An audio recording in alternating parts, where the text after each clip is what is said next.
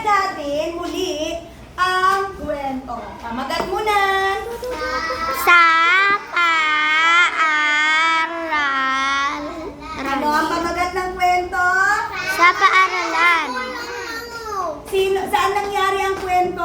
Sa paaralan. Sa paaralan. Sino ang mga tauhan? Si Lito. Si Ana. Si Ana at? Si Lito. Lito. Okay. Sige.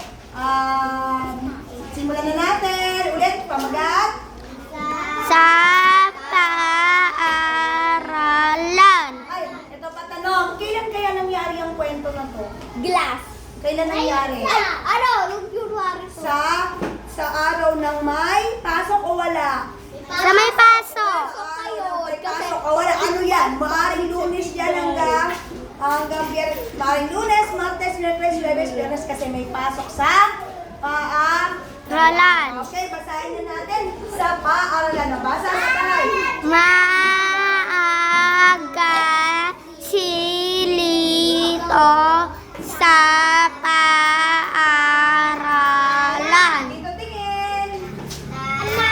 Nagdasal sila bago mag-aral.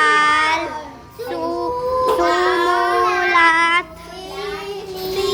si Lito sa papel. May stop pag may tuldok. Mayroong hindi nagbabasa. Ay papel, nagbasa si Ana.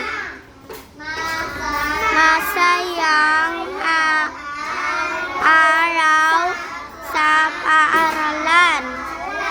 Okay, umupo ka lang maayos. Opo, nang maayos. Okay, naintindihan ba natin yung kwento? Opo. Basahin ko ulit sa paaralan. Pakinggan kung paano magbasa si teacher. Maaga si Lito sa paaralan. Nagdasal sila bago mag-aral. Sumulat si Lito sa papel. Nagbasa si Ana. Masayang araw sa paaralan. Ginagawa ba natin dito yan sa loob ng paaralan? Opo. Yung kwento na to, nangyayari ba dito sa ating paaralan? Opo. Okay, maaga. Ayan na, eto na yung tanong. Kapag ang technique, para masagutan nyo na mabuti ang tanong, pwede nyo ulit-ulitin ang kwento. Kasi nasa kwento lang ang sagot.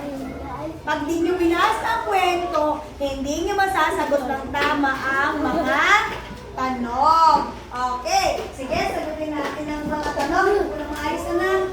Okay, number 1. Basahin ang mga tanong. Number 1, tanong. Sino ang maagang pumasok? Okay. Si Lito. Sino? Itaas lang ang kamay. Anak, di ko kayo naririnig ha. Di ko kayo nakikita. Nakatingin dito, tumingin dito. Okay, yes? Ay, si Mandihar. Sino ang maagang pumasok? Ako! Sabihin mo, si Lito, sabihin mo ng kompleto. Si Lito po ang maagang pumasok. Sabihin mo ulit. Tanong ni teacher, sino ang maagang pumasok? Ano ang sagot mo? Si Lito. Si Lito tayo. Palakpakan si Lamang Yawan, ha? Kung ano yung mga sinasabi nyo, ha? Hindi tama yan. Maghiwalay kayong dalawa. Doon ka sa kabila. Doon ka sa kabila. Okay. Sino maaga? Pero pag sinulat nyo dito, pwede na lang. Maikli lang muna ang susulat.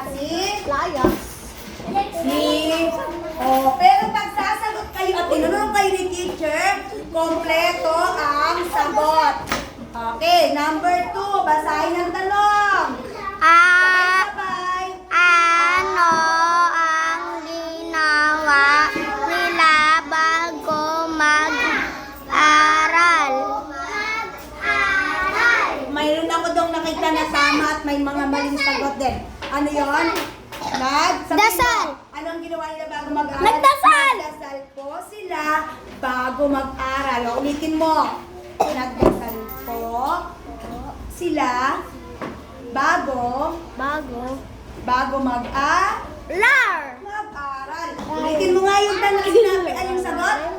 Ano ang ginawa nila bago mag-aral? Nagdasal. Nagdasal. Buo, kumpleto. Nagdasal po. Nagdasal po. Sila. Sila bago mag-aral. Okay, palakpakan yung mga sumasagot ng tama. Diyan. Okay. Dito, pag sinulat na lang natin, pwede natin tayo. O, Salito! Nagdasal. ka. Anak din ko po naman. Salito ay nag-pray. Okay. May mga nakatama, may nakakuha ng mali din sa pag-ano ha. Wala pang kainan. Mamaya, makinig muna dito. Number 3. Upo ng maayos, anak. Upo ng maayos.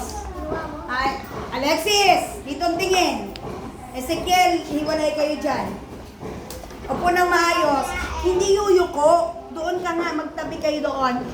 Okay, number 3. 3. Sabay-sabay basahin. Hindi nagbabasa. Ano ang ginawa ni Lito? Na-pray. Anong ginawa daw ni Lito? Pumasok. Pumasok. Hindi, nakalagay dito. Hindi. Ako, teacher. Nag-aral. Nag-aral. Oo nga, nag-aral sila. Meron ditong tamang sagot. Nandito sa kwento. Nag-aral. Ano? Nag-aral. Nag-aral na. Anong sabi mo? Sumulat. Sumulat. Anong ginawa ni Lito? Nagsulat. Si Lito ay sumulat sa papel. Papel. Sabihin mo ng mayos. Si Lito po ay sumulat sa papel. Ayun ang tamang sagot. Okay. Okay, sulat natin dito may ilan. Sumulat. Sumulat. Ayan. Okay, number 4. Basahin lahat. Lahat ay magbabasa. Lahat ay titingin sa pisara. Dito lahat titingin sa whiteboard. Okay, number 4. Basahin nga natin sabay-sabay. Ano ang ginawa ni Ana? Ano ang ginawa ni Ana?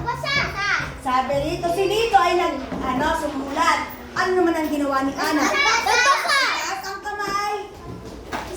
Nagbasa. Kompleto. Si Ana, Ay, nagbasa. yun, kompleto. Nagbasa. Pag sinagot nilang dito, pag sumagot kayo kay teacher, kompleto ang sagot. Pero pag sinulat nila dito, pwede na rin may pila. Kasi hirap pa kayo sa pagsulat. Nagbasa. Number 5. Lahat basahin ng tanong. Masaya ba sa paaralan? Hindi ko narinig nagbasa yung iba. Wait lang. Ulit. Lahat tumingin dito. Basahin number 5. Masaya ba sa paaralan? Ano ang tamang sagot? Itaas lang ang kamay muna para sa tawagin ko. Sino pa? Opo. Yung sumasagot kayo na Alexis. Anong sagot mo? Masaya ba sa paaralan? Opo. Opo, masaya po sa paaralan. Sabihin mo. Opo. Sa paaralan. Okay. Opo, masaya. Opo. Alak, yan. Ayan na naman. Ang opo.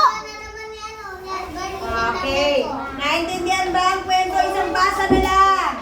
Isang basa natin buo na magandang basa. Lahat ha? Lahat gusto ko maririnig at nagbabasa kayo. Puno maayo.